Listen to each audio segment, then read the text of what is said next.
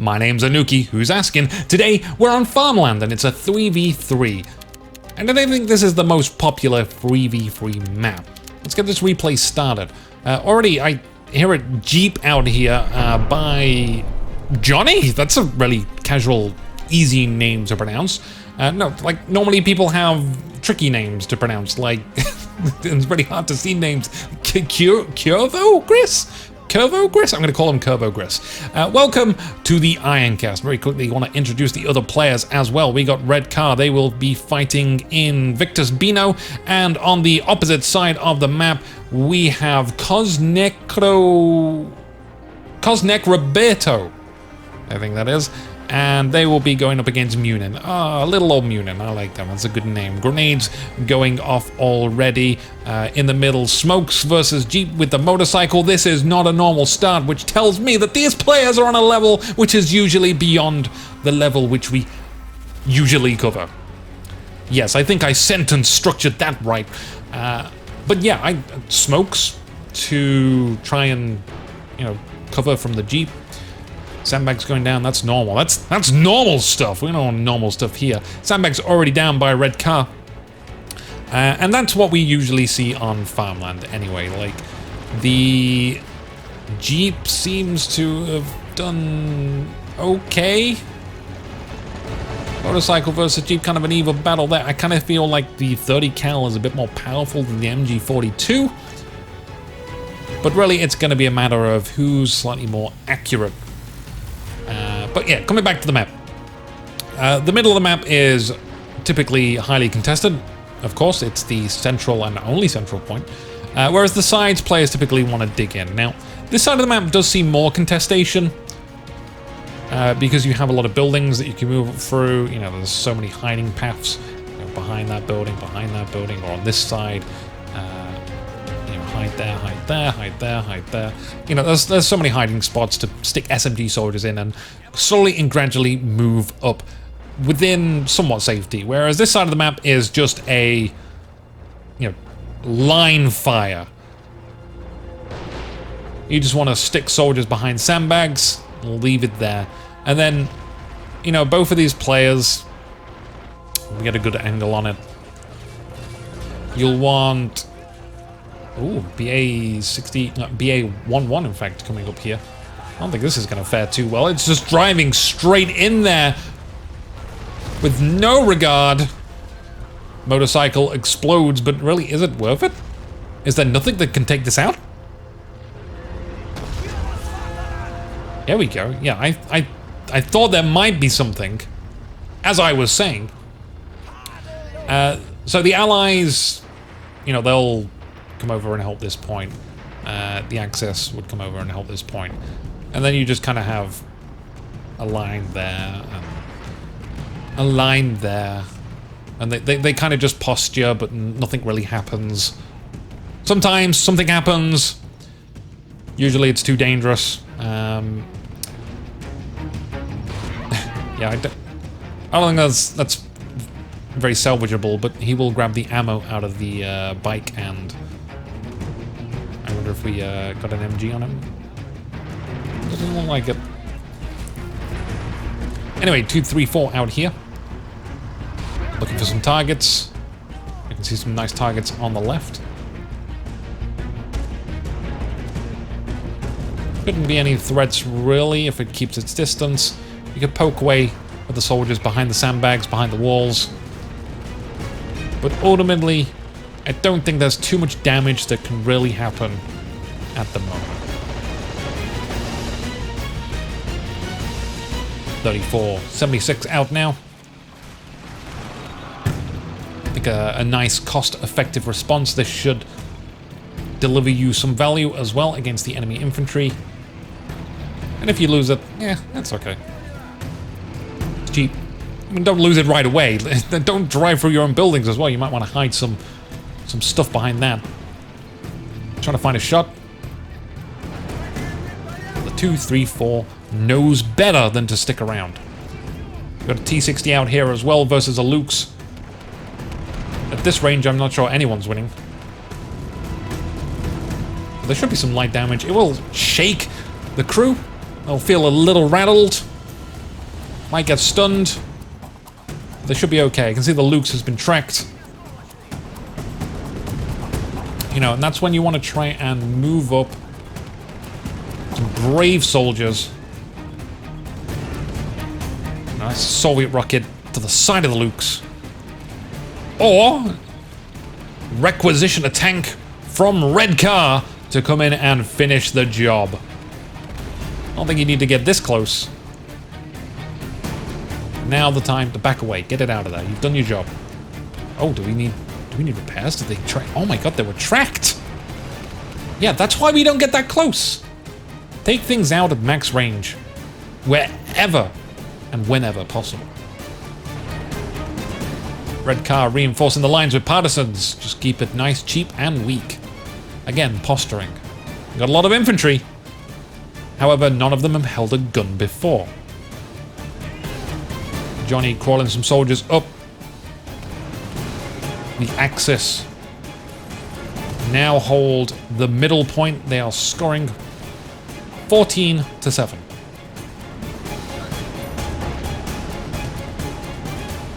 Yeah, you see the infantry were crawling up there, and then the 2, 3, 4 just poked out, and they were like, yeah, maybe not. Struggling with the AT rifle. Popping it back in. Would be wise to crouch down, increase your accuracy, and it does increase quite dramatically. Oh, very well done. What was that took it out though? We may never know. Things sometimes just randomly explode. I think it was one of the T-34s. As you can see, it's just darting around the map. T-60 looks like it is in dominant control of this region. But it does have to be slightly cautious of Axis AT infantry. 34 having a good time in the middle. I'm liking all the sandbags coming out. It's a great rear defensive line. I'm not sure about the AT gun. You know, this would be a nice time to bring in the T-60 that was working on the right and just try and take out some of the infantry here. Get your own infantry in there, which is exactly what Johnny has done. Not much infantry in the area for Kievo. Ooh, finds the AT. And yeah, when you take out AT infantry like that, you know, that says to me, let's move the tank up. Now, I probably wouldn't move it that far as I drew, but in any case, you probably have about 20 seconds minimal to do something, unless they bring out a tank. Of course, they can bring out a tank, and you know, a H will do it. H will totally do it. Ooh, that's looking like, yeah, it did. It eliminated it. It's gone. But you know what? The 34, I think, pulled just enough of its weight. T-60 back over on the eastern side of the map. Going to be supporting over the sandbags of its infantry.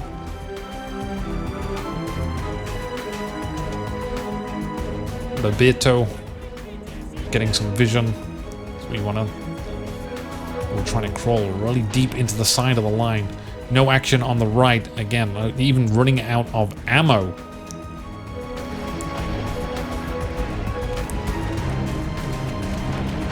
I think that T-60 is probably going to end up running out of ammo soon enough as well. H is looking around. Now, this is nice to see. I can see that both teams so far are working together. And again, I've scoured a lot of replays, and I don't always see people going to other sides of the map. Yeah, the T-60, I think rightfully so, should just retreat. Wait until that H either leaves the area or is destroyed, obviously, and then it can go back in and try and do some more damage. But for now, let's just keep it safe. Let's keep it out of the way. We got some guard snipers back here. Now, I think snipers on this side of the map also work very, very well because you can just constantly pick away at infantry behind sandbag lines. And those infantry, you know, again, it's the posturing thing. They're not really there to do anything other than just to make sure nothing creeps past their line and captures their flag. So when you have snipers there, it's forcing your enemy to have to try and respond. And they don't really want to focus on that west control points. Running infantry into the building whilst there's a very nasty SMG there. Wow! Good cartwheels. I don't know how that happened, but it happened. Heavy infantry fighting now. We're gonna just like topple the building altogether.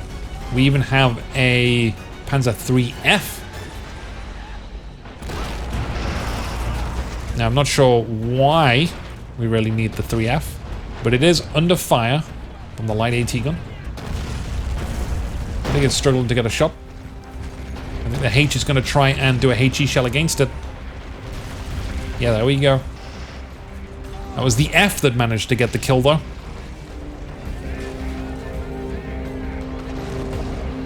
Bringing out the big guns, ISU 122. Again, shouldn't have trouble with either of these tanks. Not a bad range on it either. Yeah, got the H there. Or was that the F? No, they're still both kicking. I think a bunch of crew got nailed inside of it. There was definitely contact. Allies in control of the point. 22 to 22. Score is even. Soldiers healing up. Very close to each other. Grenade away. Oh, grenade on the sandbag. Okay, I thought it was going to go for the infantry. Imagine my surprise. Not that surprised. Oh, there we go. Yeah. Both the F and the H. Yeah, the H definitely got a bit of a wound in that. Decide to back off. So for the time being, Allies will have control until the Axis come up with some kind of contraption. Not the F, not the F, don't charge the F. The poor F. Ooh, they went for it. Got hit in the side by a bazooka. So unless they wanted to ditch the tank, I'm really not too sure as to why they advanced that. You know, it would have been better to just advance the tank on this side.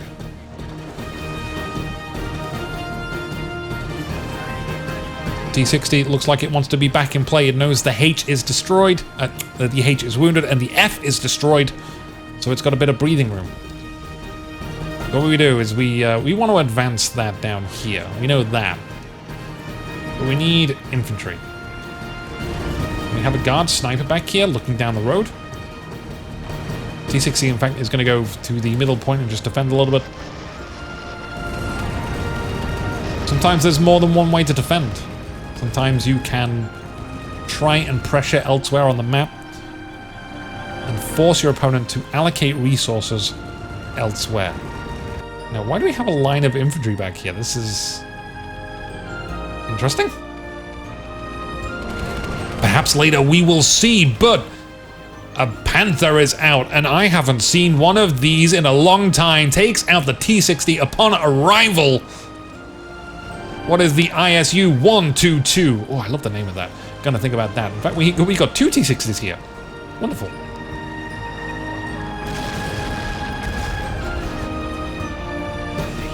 Takes a shot. Panther fires back. Does it? Yeah, it's not gonna pen those walls. Huge infantry charge. Just waiting to roll in.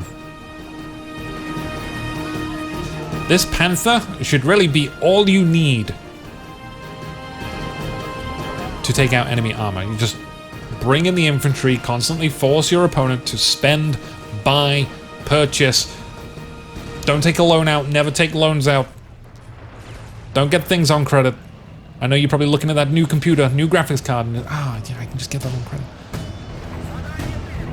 Don't do it. Resist. Resist the urge. Machine gun gonna pop down here. Control being handed over. Back to the Axis. IS-2. Big, giant cannon on that. I think it can deal with the Panther, but the Panther has pretty good frontal armor. So we'll see. Some infantry have moved up ever so slightly. Gotta get back behind that wall. Behind the wall. That's where it's safe. I believe Roberto is using the AI to try and allocate some micro elsewhere. You know, you tell the AI to fight by itself. You click where you want them to go. They'll use cover, you know, as their discretion. And then you can work on like the middle of the map. I don't think that a lot of people know about that technique. But it's definitely one to use in a moment such as this. I feel like we've got some artillery raining down on the IS-2. The H even having a shot, trying to track it, I think. It's the best it could probably hope for. And then the Panther could hit it in the side. Oh, the sound of the guns. That's why we play this game.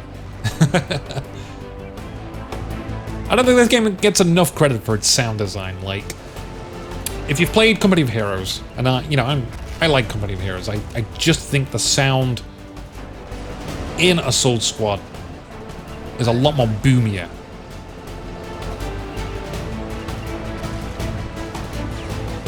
H receiving some repairs.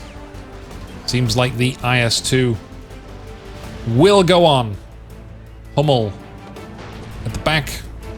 The Axis, and you know what? Like, I hope it wasn't in response to the armor. Obviously, whenever you bring out artillery, it has to be with the idea that you're going to use it against infantry. Like, if you're buying artillery for armor, it's just not going to work.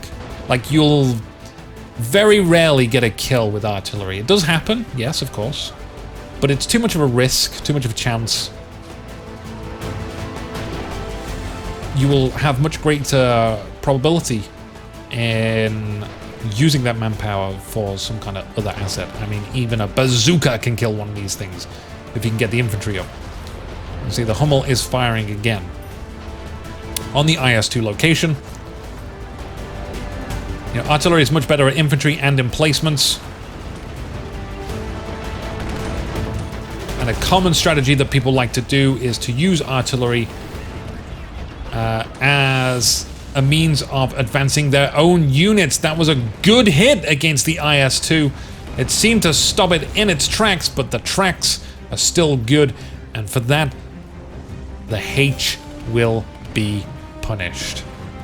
How is the Panther looking? It is getting repairs. Still needs some more. T-60. Again, Redcar's doing a fantastic job of knowing when to go in. You know, he sees that there's a slight opening. I'd love to see that machine gun taken out. Yep. Redcar knows it.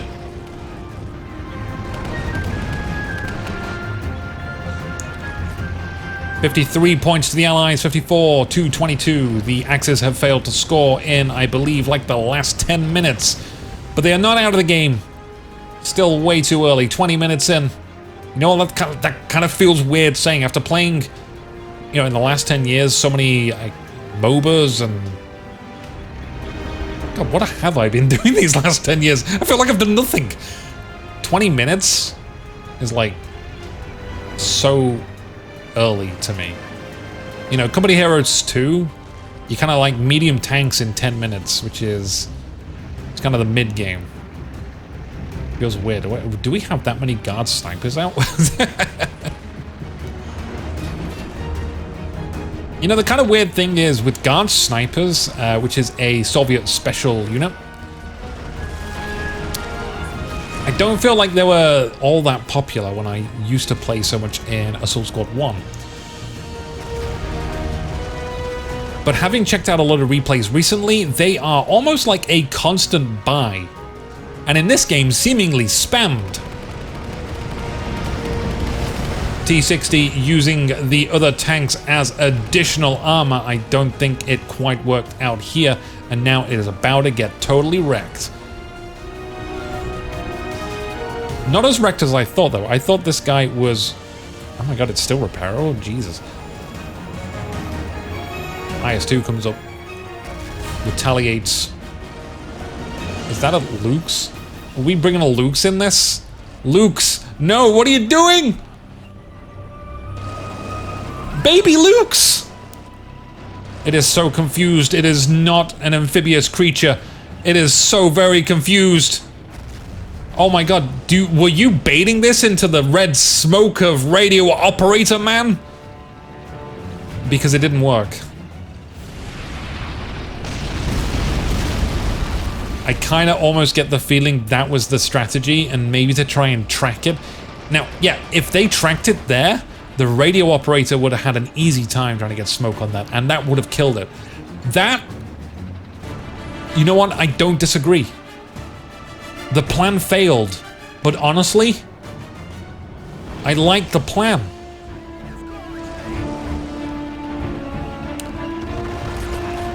I don't agree with putting a soldier on the back, though. Ooh, wow, nasty, nasty blow. The Hummel just wrecked almost an entire squad. An assault squad. You can see this place is not looking as pretty as it used to.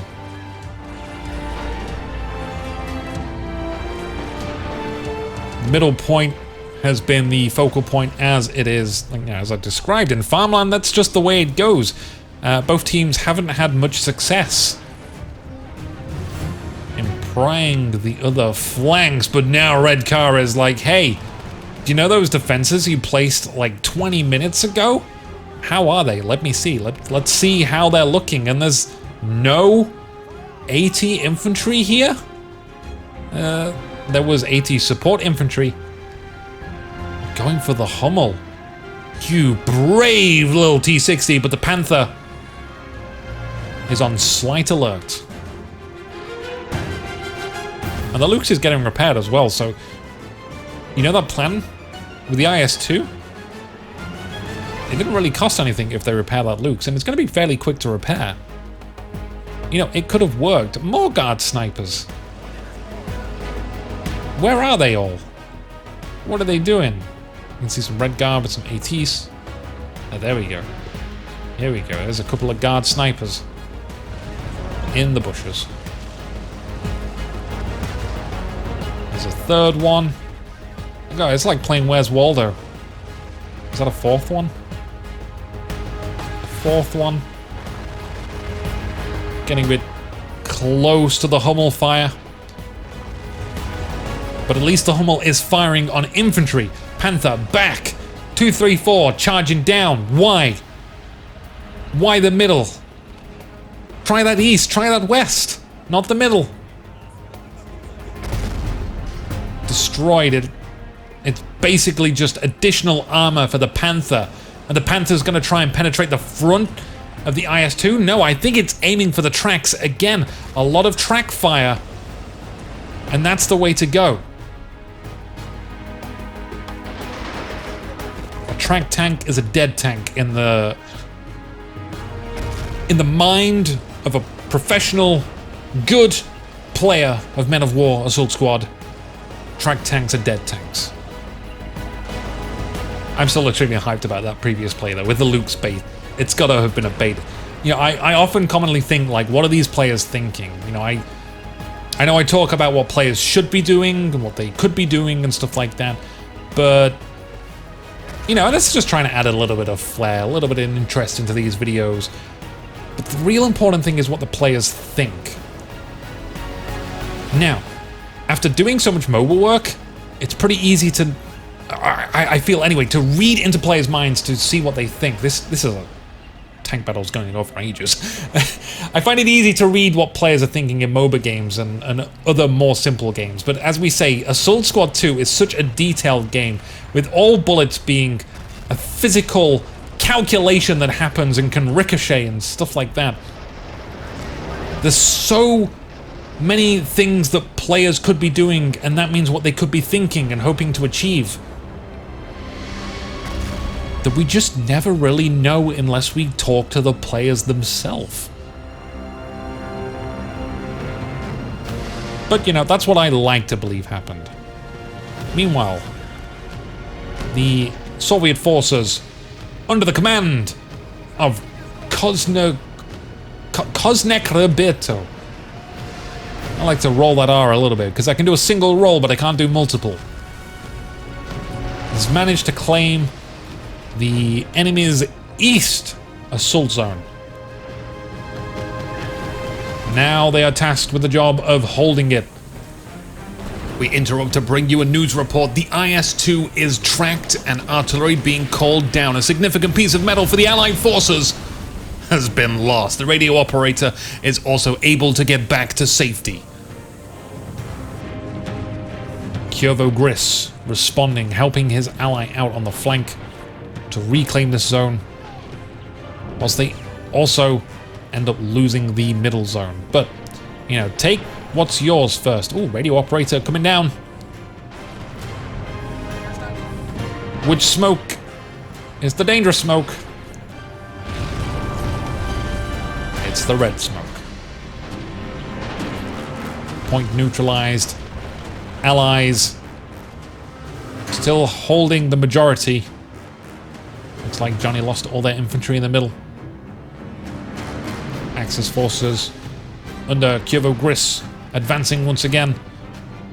Meanwhile, Invictus Bino sitting tight on that west. Have we seen much of that infantry in the middle? They must have been helping out in the middle. That was a lot of resources allocated to the middle. Heavy machine gun, 28 minutes in the game. I almost feel like that's the point where you'd say that's the power spike of the machine gun. You know, getting into the later end of the game when resources are deprived and players are trying to hold on to whatever they've got, can't afford to lose things, a heavy machine gun can be a game changer. You're not taking that out with rifles at this range. Yeah, look at the gunned down. The soldier just hoping that the one in front of them soaks all the bullets. Sadly, not this time. Is this the Soviet way? Believe it is, only they've got more guns than they usually have in reality. Which actually brings me to an interesting point. So I'm going to sit up. I've been slouching a little bit. If you like history and facts, particularly lesser known facts, then I'd recommend World War II in Real Time by Indy Nidell on YouTube. You probably already know about it. Covers the war week by week. It does cover a lot. However, I've been reading this little book called Unwomanly Face of War, where the writer got in touch with Russian women after the war and talked about, well, the horrors that they faced, and this is something that's kind of important to me. You know, war, or a lot of war stories are often recalled by men, and I don't want to create this kind of divide, but it's kind of interesting. And in fact, one of the things that they talk about in this book, there was a husband and wife, and they were approached by this writer and talked about the war. And the husband said to the wife, you shouldn't talk about the war because you will tell it wrong. And it makes sense, because what was happening essentially is men are talking about the glory and honor of war, that they fought in the war and they, you know, Russia was victorious and it cost them greatly, and part of, you know, what they wanted to get out of that was the something, anything. So glory and honor it is.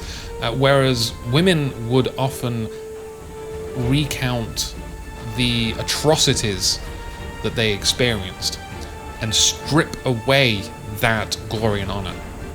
So, World War II was fought for many reasons, one of which was defending the rights of human beings. We unfortunately still live in a world of inequality based on race, gender, sexuality. That's probably not something to scream in excitement, especially with what I'm talking about. I think the Panther was hit by 203mm after killing the IS-1. Second shot rains down just slightly off the mark. Katyusha coming out. This is a lot of artillery, and artillery, sure, it can open doors. It's going to need to score a direct hit, I think, on the Panther to really destroy it, but once you fire, like maybe the Katyusha on the right, that's where it's going. A couple of jeeps were rushed in here. You need units to advance with, and I think that's kind of what the Allies are lacking at the moment. In any case, let me return to my story. Let's finish that up, and I'll let your eyes be the journalist for the time being. So, as I was saying, we unfortunately still do live in a world of inequality based on an individual's identity, and it's really not mentioned too much about the women's perspective. Wow, that rocket barrage. In fact, anyone that remembers Battlefield 5, and they took release for that because of women being in battle, and like I mentioned earlier, with the husband and wife, and you're saying, women shouldn't tell the battle, they'll tell it wrong. Well, women did see battle, especially in Russia, and they were not spared the inhumanities, and in many cases they suffered far greater than men, and those stories weren't told. And even something else, they were not credited for their accomplishments or acknowledged for their suffering. For example, after the war in Russia, men were hailed as heroes. Women, however, did not receive the same treatment. Now, they might have got medals and recognition from the military, but many men looked at women who had came home from battle. As one of the women describes in the book, we were treated like monsters. And a statement like that makes me kind of feel like I need to learn more. And maybe you will too. So, I'll leave it on that note. Let's return to the battle. I feel like we should be wrapping up soon. 91 points to the Allies. They have done a tremendous job so far, but they need 9 more. And the Axis are back in control. And I can't help but wonder if they just focus their attention a little bit on the right. We've seen outgoing fire. We've seen people going this way, but we haven't seen people going this way yet. And I think that'd be good to do. Oh my god. A Jagd Tiger. Okay. Okay. Okay? I'm gonna say it's not okay. Because what do you want to do with this? Do you want to take out a ZIS-2? Do you want to take out a Katyusha? Ooh! Get grilled. You want to take out infantry? Yeah! Maybe! As long as you can avoid rockets, sitting this beef machine right here and having some infantry dotted around like behind these sandbags, just to make sure nothing can really approach you in bazooka range. That'll do it. You're basically just using the tank as an armor device and a machine gun that the enemy tries to focus on getting rid of because they can't advance because of the machine gun on top. Meanwhile, our 222 is just roaming around. Not going to do much against the T-60 that has the initiative check. Axis now probably looking worse for wear. They can't take out the Jagd Tiger. They got a T-60 They got a T60.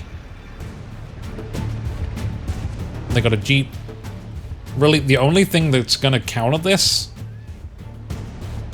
is a 203mm direct shot on that engine, I think.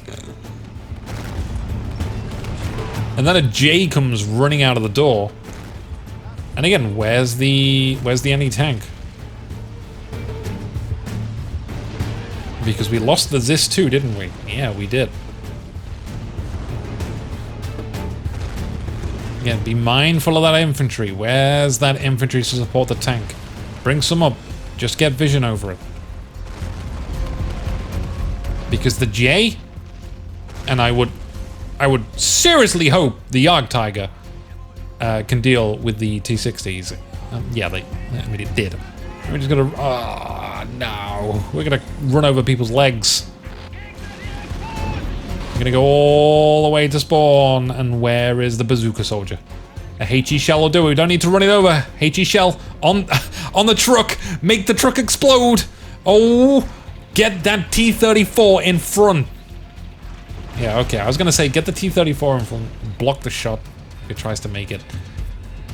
Whew. We need that 203 alive.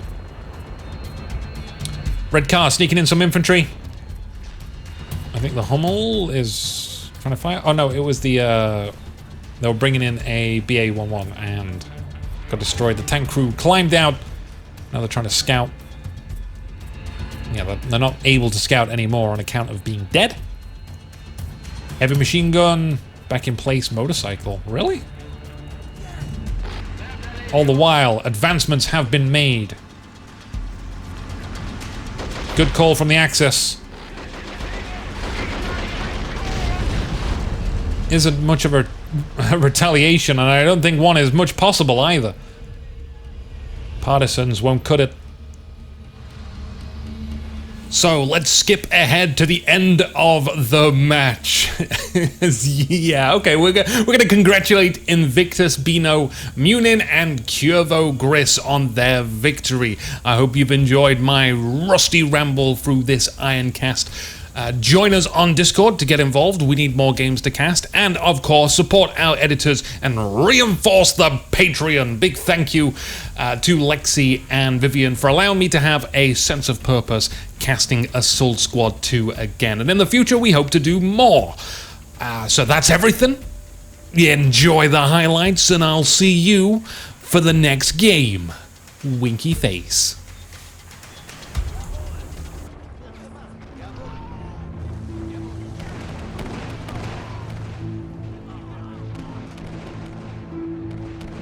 Viva, Mr. Lady.